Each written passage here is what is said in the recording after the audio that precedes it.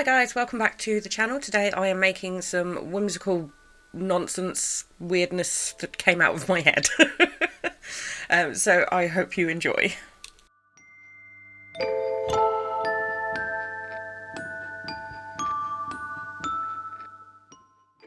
Once I added my polymer clay, I just used a rock from my garden to texturise it to make it look like a rock. Couldn't get much simpler than that, really. Then I went on to make my mushrooms. I just rolled out a log of clay, kind of split it halfway down the middle with my craft knife, and then sort of jammed some armature wire into it, and then kind of smoothed the area back off. It's really, really simple. Just don't do what I do. I forgot to leave like a little bit of the armature at the top to attach my mushroom cap. So if you're going to make your own mushrooms, leave a little bit of armature sticking out the top. It makes it a lot easier to attach them. It wasn't a massive problem. I just smushed the cap down until it hit the armature.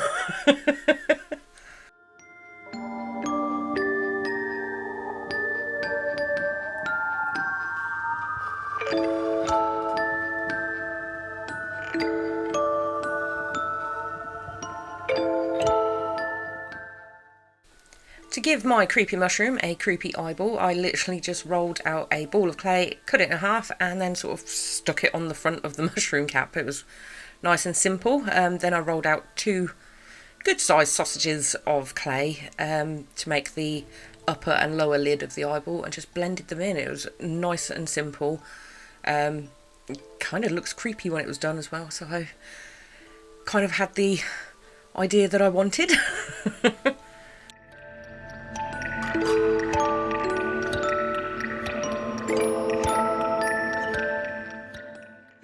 This is me attaching the mushroom cap before I'd actually noticed that I hadn't done any of the detailing underneath, so I then went on to detail using my pin tool and then reattaching the cap with a little bit of bacon bond.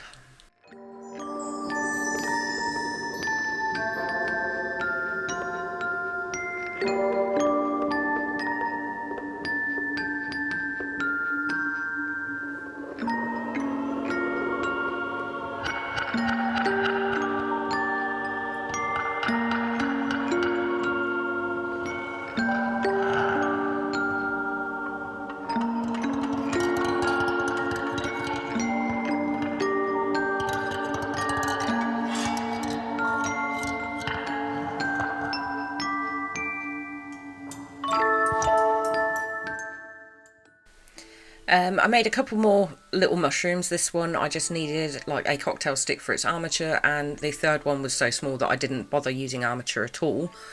So I just sort of attached the mushroom cap with a little bit of bacon bond, and then attached like all of the little dotty bits. I don't know, the decorative dotty bits, these bits. Once I'd done that, I baked my mushrooms in the oven according to the packaging. Just to save my progress and so that I don't smush any of this work whilst I am attempting to do the next part, which is my snail. This snail is kind of heavily inspired by Tim Burton, I'm not going to lie.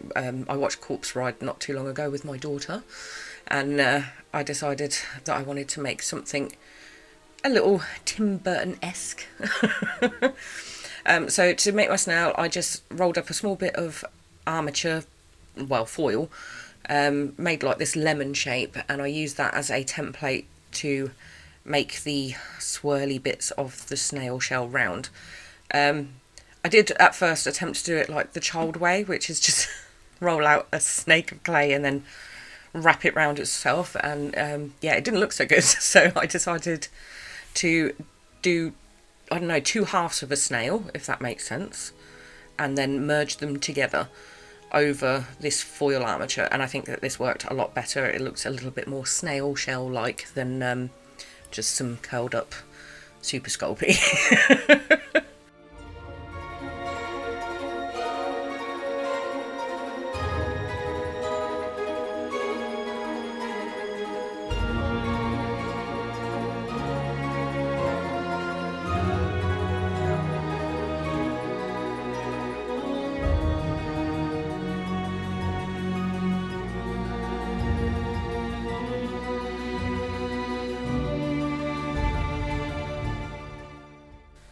To make my snail's body, I just rolled out like this cone shape, and then flattened out the edges to give it kind of like that sluggy snail type shape. Then I attached it to the base using a little bit of bacon bond, and I also popped in a cocktail stick into where the neck would be, just so that his little skull head has got something to hold it up in the oven.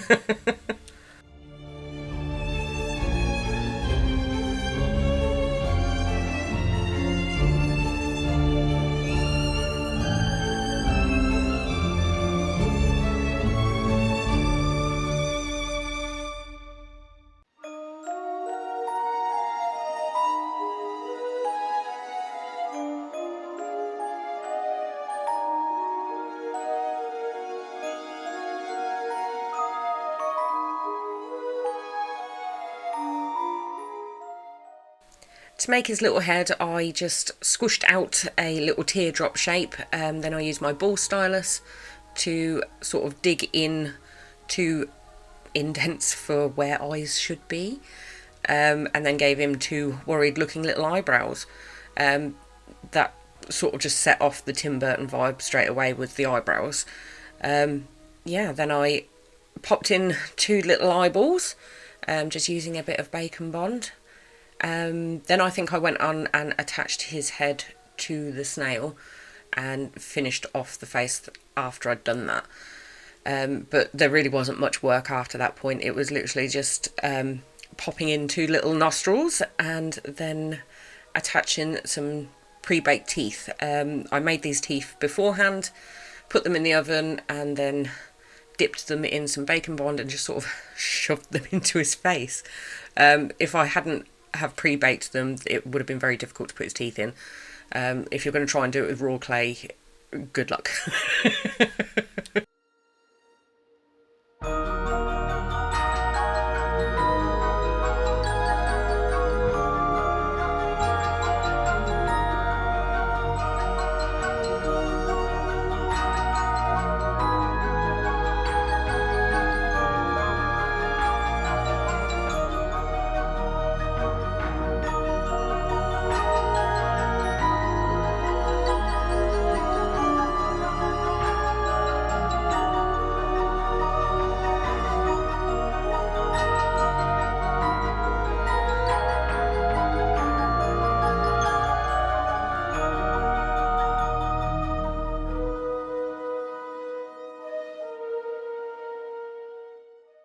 After I finished my little snail, I easily procrastinated for a good 24 hours on what to make for something to sit on top of the mushroom. I decided upon making a moth, which eventually turned into a butterfly.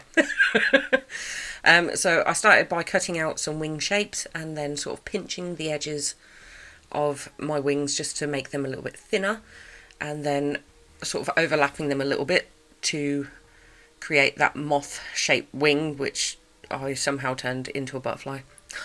Then I spent way longer than I anticipated making this mothy fur texture on both sides of the wing, just to, you know, make my day slightly longer than I had wanted to do. This was supposed to be a nice short sculpture, but no, I like to make things long on myself. Once I completed these wings, I pre-baked them as well so that they were nice and hard for when I wanted to attach them into my moth, because once again, doing it raw, it would have been next to impossible. So I just rolled out like this little chunky moth shaped body, and then I sort of squished the wings into the body to create a marker, and then filled those with bacon bond, and then used small chunks of clay to attach the wings by sort of, I don't know, the clay itself is then holding the wing. Ordinarily, if I'd thought about it, I should have put armature in the wing, but I think the wires would have been sticking out everywhere. This did work. I did have slightly floppy wings when it came to baking it, though. Once I took it out of the oven, I did try to prop them up with tin foil, but they flopped a little bit at the edges. but it still looked like a butterfly at the end, so I'm happy.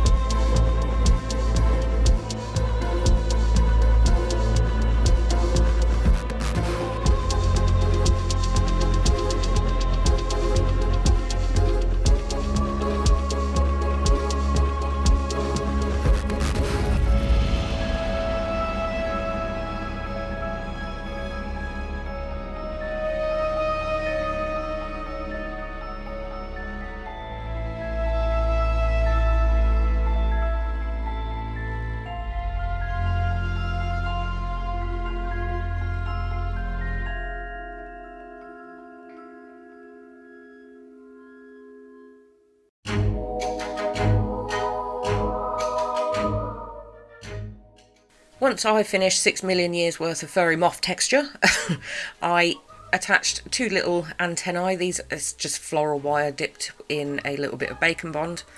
And then I supported the wings with a little bit of tin foil and popped everything into the oven for a final bake. Yeah, once it had baked, whilst it was cooling down, I decided that I was going to give it like a little resin platform to stand on. So this is just me making, well, it's basically making a resin coaster. But I like the shape of the coaster. I feel like it went well with the sculpture. So yeah, I'm just using some craft resin, no gloves because I'm stupid. Put gloves on when you're doing it. Yeah, just mixing a little bit of mica powder into my resin and then pouring it. There's not much else I can really say about it other than my inability to do the right thing and put gloves on.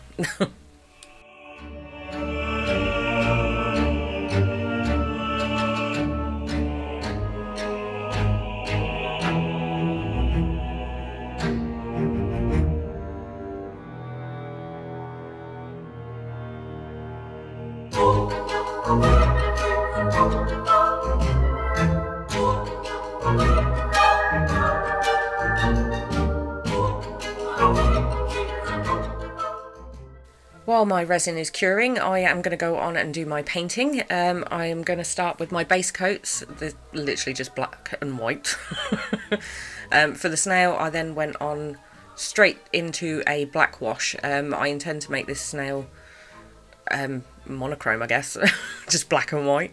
Yeah, I feel like it went quite nicely with the Tim Burton thing that was going on in my head whilst I was making this. So yeah, just wanted to fill all of those little nooks and crannies with a black wash. Then I was going to do the base. I'm just dry brushing this stony blue on the ground that I don't like, and I end up over painting, and then dry brushing on the stalks of the mushrooms as well. I want to leave as much dark paint in this as I can so that it looks, I don't know, quite colourless whilst being colourful. I don't know if that makes sense, but it does in my head.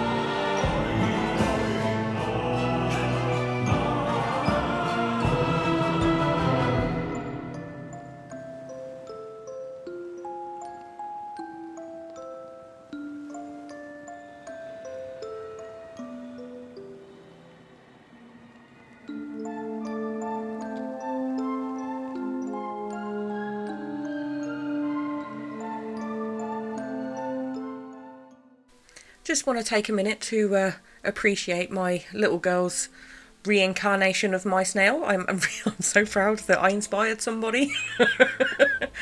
Yeah, I love seeing other people make things out of my weird ass ideas. So yeah, it was really quite nice to watch her pick up some polymer clay as well and create her own little snail. So yeah, I'm going to get that baked for her. Oh, it's so sweet.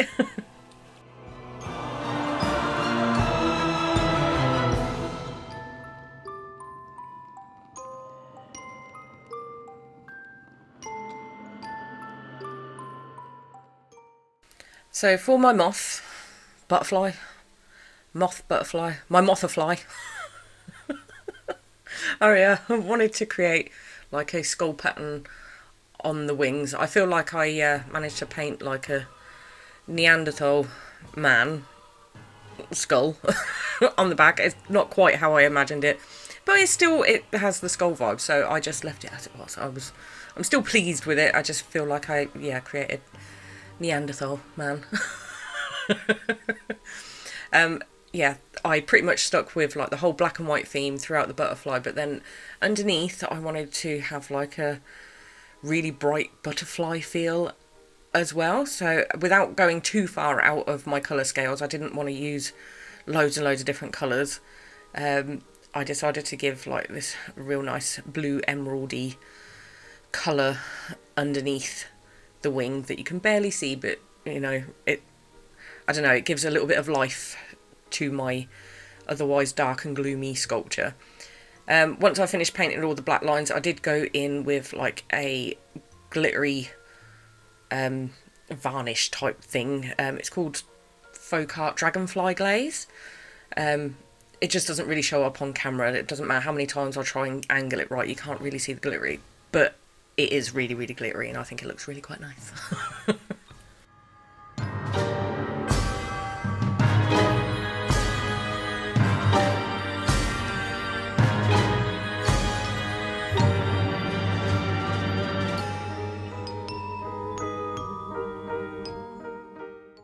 Now that I've stuck my sculpture down to its fully cured base, I'm just going in with a little bit of ordinary wood varnish. It's high gloss wood varnish on all the eyes. Yeah, this pretty much is it for my sculpture. I did put in a few little diorama-y bits, and yeah, that was pretty much it. So after I finish adding these, it's on to the glamour shots.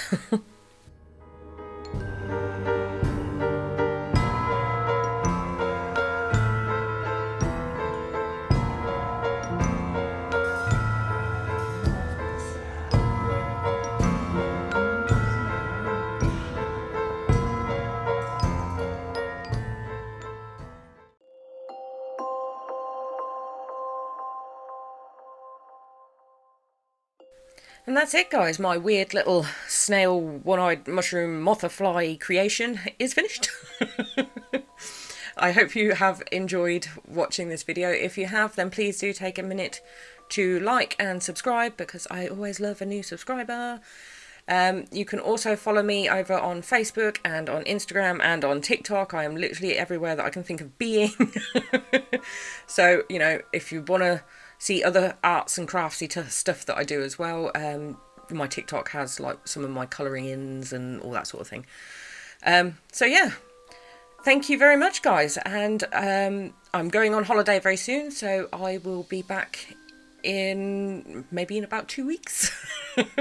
I will catch you all later, guys. Bye.